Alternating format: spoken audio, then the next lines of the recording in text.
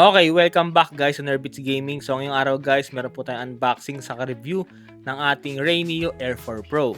So check natin guys kung anong meron sa AR glasses na to. Pero syempre bago tayo mag-start guys, kung naghahanap po kayo ng handheld console na may kasama ng games, available sa atin yan guys. Meron po tayong Switch OLED, Steam Deck, ROG Xbox Ally X, tsaka MSI Glow. So nagsiship po tayo guys nationwide tsaka international. So kung meron kayong questions or inquiries guys, PM lang kayo sa ating Facebook page, Nerbits TV. So tara guys, unbox na natin. Okay, so ito na guys yung ating Rayneo Air 4 Pro. So unbox na natin.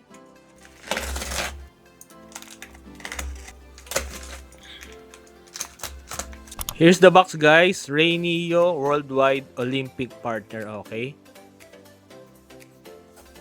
So, para lang siyang guys, box ng Steam Deck, napaka lang, plain lang na brown box.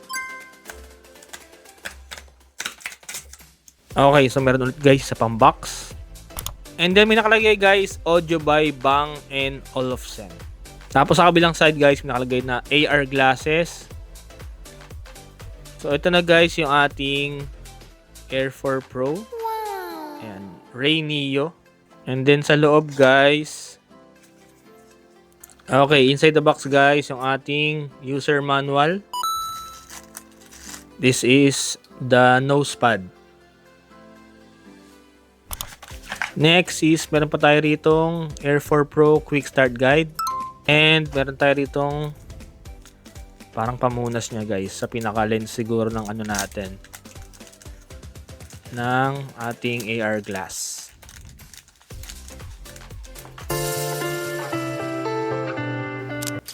Okay, so open na natin guys yung ating AR glasses from Rayneo.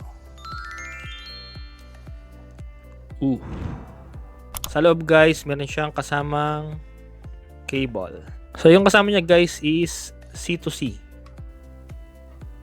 So dito guys, meron po tayong matte finish, tapos may nakalagay po na Rayneo. Sa kabilang side guys, nakalagay audio by Bang & Olufsen. And then sa kabila, ayan, may logo ng Rayneo. So dito guys, meron tayong brightness control. Dito sa kabilang side guys is yung ating volume control, tapos dito is yung kanyang menu button. Tapos dito guys, meron tayong speakers. So subukan muna natin siya guys gamitin sa ating smartphone.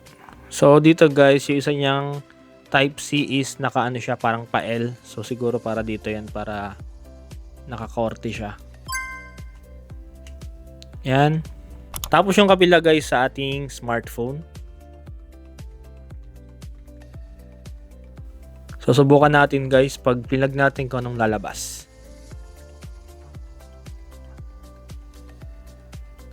Ayan, lumabas agad guys, cast your screen. So cast natin.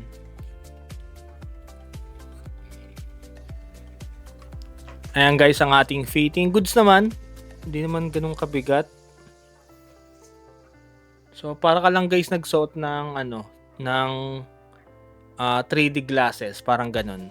Comfortability niya goods naman. Hindi naman siya masakit sa ilong or masakit sa tenga. So di ko mapakita sa inyo guys yung kanyang POV mismo sa loob, no, pero alam mo yung feeling ng nasa sinihan ka tapos nasa kayo at bandang taas. And then yung laki niya guys, alam ko nasa 200 inches.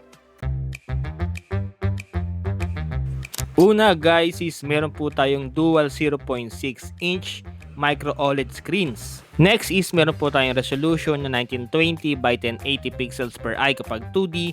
Kapag 3D naman guys is meron po tayong 3840 by 1080 pixels per eye. Sa refresh rate naman is meron po tayong 60Hz or 120Hz. Ang kanyang peak brightness naman is umabot siya hanggang 1200 nits. Sa audio naman is this is tuned by Bang & Olufsen. And meron lang siyang 76 grams. Working din po siya sa iPhone, Android, PlayStation, Steam Deck, at iba pang mga handheld gaming console. At si Rayneo Air 4 Pro is the world's first HDR10 ready AR display.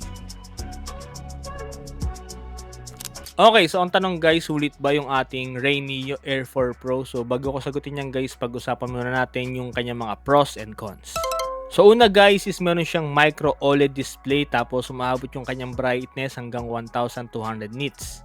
And then meron siyang 120Hz refresh rate na sobrang solid guys sa movies pati sa games. Second, yung kanyang audio guys, sobrang linaw ng audio niya, para kang para kang naka-headset talaga. Kaya kahit hindi nakapasok guys sa tenga nyo, sobrang linaw pa rin ang tunog. Siguro nga dahil sa co-tuned by Bang & Olufsen, no, kaya sobrang solid nung audio niya guys. Third is yung kanyang comfortability and lightweight. So ano lang siya guys, 79 grams. Tsaka siguro guys kasi wala siyang battery kaya hindi siya ganun kabigat. Kaya naman kahit gamitin mo siya ng matagal is hindi ka makakaramdam ng ngawit or ngalay. And then last guys, yung kanyang built-in controls. No? So dito guys, kakapain mo lang yung kanyang brightness, volume control, pati yung sa kanyang menu. Kasi guys, sa ibang AR glasses, sa pinaka monitor mo siya kokontrolin. So medyo hassle yon. So ito guys, kakapain mo lang siya. So ma-adjust mo na agad. So ayun guys, yung mga nagustuhan ko rito sa ating Rainy Air 4 Pro. So punta naman tayo guys sa kanyang cons. Una guys is hindi po nare-resize yung screen niya. Di bale pag ginamit nyo siya guys, yun agad yung pinaka-screen niya. Fix lang siya. So hindi mo siya pwedeng i-stretch palapad or pataas. So pag ginamit mo, yun na talaga siya. So maganda sana no, kung nare-resize yung kanyang screen. Next yung kanyang wired setup. So kailangan mo guys i-connect yung ating AR glass using Type-C cable sa ating smartphone or sa ating mga PC or sa ating mga handheld console para gumana siya. So okay din sana kung meron choices na for example, the battery siya tapos pwede nga connect ng wireless. Kasi for example, nasa biyahe ka, for example, sa bus, sa aeroplano, so mas okay sana kung walang wired na nakalawit, no? So maganda din sana kung pwedeng wired or wireless. And then next guys, yung sagad ng kanyang volume. So malakas naman siya guys kapag nasa kwarto ka. Kasi syempre kulob, rinig na rinig yung pinaka-volume natin. Pero pag nasa labas ka na guys, for example, nasa kapihan ka, nasa public place ka, nasa aeroplano or nasa bus. So syempre guys, yung volume nun mababawasan. So pag nasa labas ka na guys, medyo hihina yung volume kasi nga syempre may iba mga kasabay na maiingay. So maganda sana kung meron silang external na na parang headset para mas kulob siya. And then last guys, syempre yung kanyang presyo na medyo pricey. So nabili ko to guys ng 17,000 sa Shopee. Actually guys, accidental lang yung pagkabili ko dito, no. So nung nakaraan kasi nag-YouTube ako tapos nakita ko nga to sa YouTube. And then pagtingin ko sa Shopee, available na 17,000, sabi ko medyo mahal. Pero nabudol ako rin sa sa SPay later, no, zero interest. Sabi ko goods yung goods yung promo, 6 months zero interest. So goods na rin, di ba? Try natin tong AR glasses. Kumbaga, hindi naman ako maglalabas ng pera tapos installment pa siya, zero interest pa. And then, maganda rito, sobrang bilis lang guys dumating. 2 days lang guys dumating na to, pero anyway, yun nga, medyo pricey siya na 17,000 kasi kung sa 17,000 marami ka na pwede syempre mabili dyan. Pero kung talagang naghanap ka guys ng AR glasses, isa to sa pwede mo i-consider. Okay, so ang tanong guys, sulit ba yung ating Rainy Air 4 Pro? So para sa akin, sulit naman siya kung meron ka talagang budget at talagang naghahanap ka ng AR glasses. Kasi sa ngayon guys, ito pa lang yung AR glasses na merong HDR support. Pero kung wala kang extra money, tapos balak mo bumili na ito, so para sa akin hindi siya sulit. Kasi yung 17,000 mo, pwede mong ilaan sa ibang bagay na mas kailangan mo. Kasi sa 17,000 guys, ito lang naman yung pwede niyang gawin eh. Nabigyan kanya guys ng digital monitor. Bukod doon, wala na. Okay, so dyan natatapos guys ang ating unboxing saka review ng ating bagong AR glasses na si Rainy Air 4 Pro. So kung balak nyo rin mag-avail nito guys, meron po tayong link dyan sa baba. Tapos comment na lang kayo guys kung meron kayong mga questions about dito sa ating product. Thank you for watching guys and see you sa next video.